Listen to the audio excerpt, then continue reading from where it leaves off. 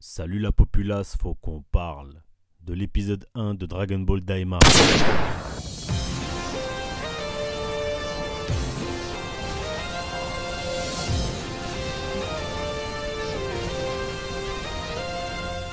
Le retour de Dragon Ball en animé, c'est pas génial. Mais avant de commencer, j'aimerais remercier ce grand monsieur, inventeur de la franchise qui nous a tous bercés d'une manière ou d'une autre. Ce grand génie sans qui Dragon Ball n'aurait jamais existé, j'ai nommé Akira Toriyama. Un grand merci à lui et j'espère que son âme trouvera le repos éternel qu'elle mérite. Bien, ceci étant dit, commençons la vidéo. Alors je vous préviens, je considère que ici tout le monde a vu Dragon Ball Daima épisode 1 parce que ça va spoil sans vergogne là. Déjà la première chose dont on peut parler, c'est la qualité de l'épisode en lui-même. Un épisode pilote d'une trentaine de minutes, j'imagine que ceux qui suivront retrouveront le format traditionnel des épisodes de 20 minutes, mais en tout cas il s'agit là pour moi d'un très bon épisode. Déjà outre l'aspect de l'animation et compagnie, si je dis que je l'ai trouvé bon c'est parce qu'il amène un tas de questions encore sans réponse qui captent l'attention de l'audimat. En gros ça donne envie de connaître la suite et si un épisode ne te donne pas cette envie c'est qu'il est mauvais. Mais ici c'est le cas, et tant mieux d'ailleurs. Ne m'en veuillez pas, hein, je respecte le défunt Akira Toriyama, mais si je dis que c'est tant mieux c'est parce qu'avec Dragon Ball Super on a été habitué à pas mal de cafouillages. Du coup comme plein de monde j'étais assez sceptique et j'avais peur que Dragon Ball Daima devienne une sorte de Dragon Ball Super 2.0. Mais enfin, pour l'instant, c'est pas du tout la direction qu'on est en train de prendre, donc ça va, je suis content. Maintenant, sur le plan de l'animation, je suis pas un expert, mais je l'ai vraiment trouvé agréable à regarder. Que ce soit les rétrospectives de Dragon Ball Z ou le petit combat Goku contre Vegeta, là, j'ai trouvé ça vraiment super agréable. Les chara designs sont propres, y a rien à dire là-dessus non plus. Et surtout, l'ambiance qui fait vraiment très Dragon Ball. En fait, globalement, en tant que fan, je me suis senti vraiment respecté. Il y a eu du respect pour Dragon Ball et Dragon Ball Z naturellement, mais il y en a aussi eu pour Dragon Ball Super, y compris la version manga qui n'est pas parue encore en animé,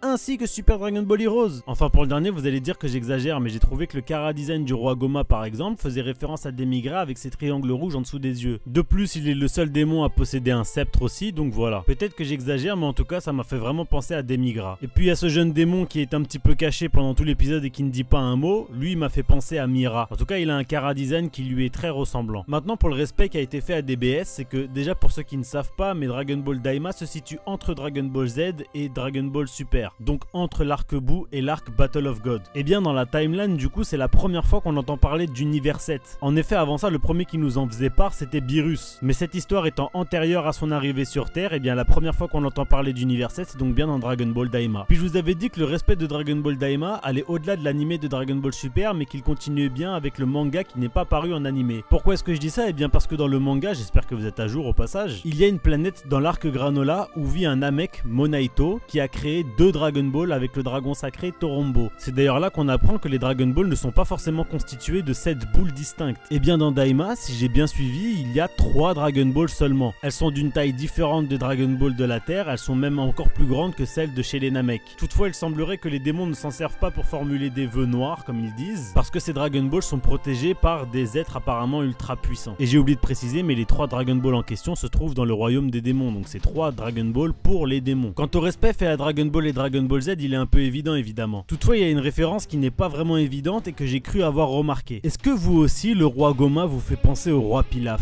Déjà si on en croit ce que Daima nous apprend, c'est que si tu as les oreilles pointues tu es un démon, donc ça voudrait dire que le roi Pilaf en est un. Mais surtout on sait que la volonté d'Akira Toriyama était de ramener de l'humour à la Dragon Ball et des ambiances à la Dragon Ball d'origine. Alors certes on connaît pas encore les intentions du roi Goma, mais bon, dans sa manière de s'énerver, dans sa maladresse, dans sa manière de donner des ordres à ceux qui ne sont pas soumis à son règne. Encore une fois je sais pas pour vous, mais tout me rappelle le roi Pilaf. Puis ils ont la même taille aussi. Et j'oubliais, mais Daima est respectueux même envers Dragon Ball GT. Et ce, pas juste à cause du fait que Goku et les autres redeviennent petits, mais aussi parce que dans DBGT, celui qui fait le vœu que Goku redevienne petit, c'est le roi Pilaf. Et la motivation est la même que celle du roi Goma, c'est parce que si jamais il redevient petit, il deviendrait moins fort et donc il aurait pu s'en occuper. Enfin ça c'est ce qu'il croit évidemment. Enfin en tout cas j'ai trouvé tous ces parallèles super intéressants. Bon on a bien parlé de respect, maintenant faudrait aussi parler du disrespect.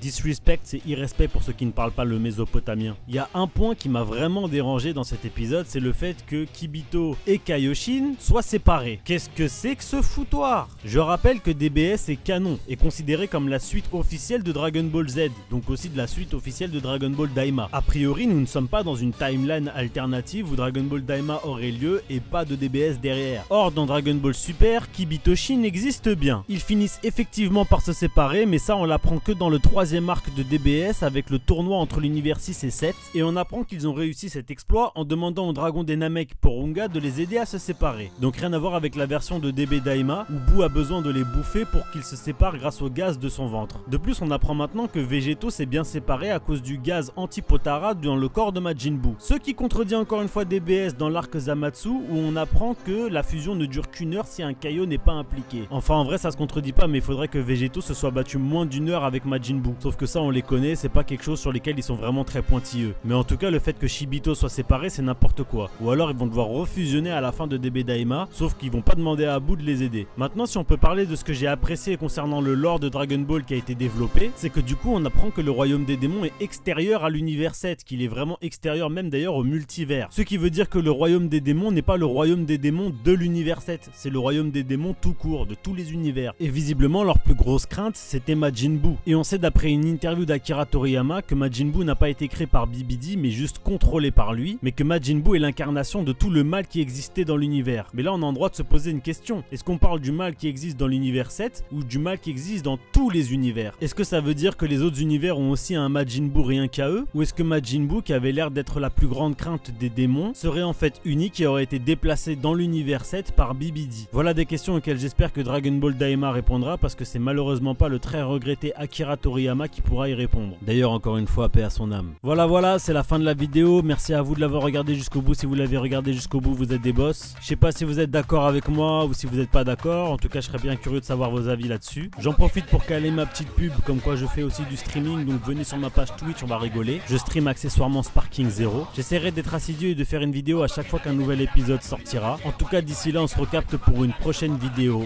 À la prochaine, ciao bye bye. Holly, holly, holly, holly, quanto rueda del sol. Holly, holly, holly, holly, oh quanto rueda del sol. またな。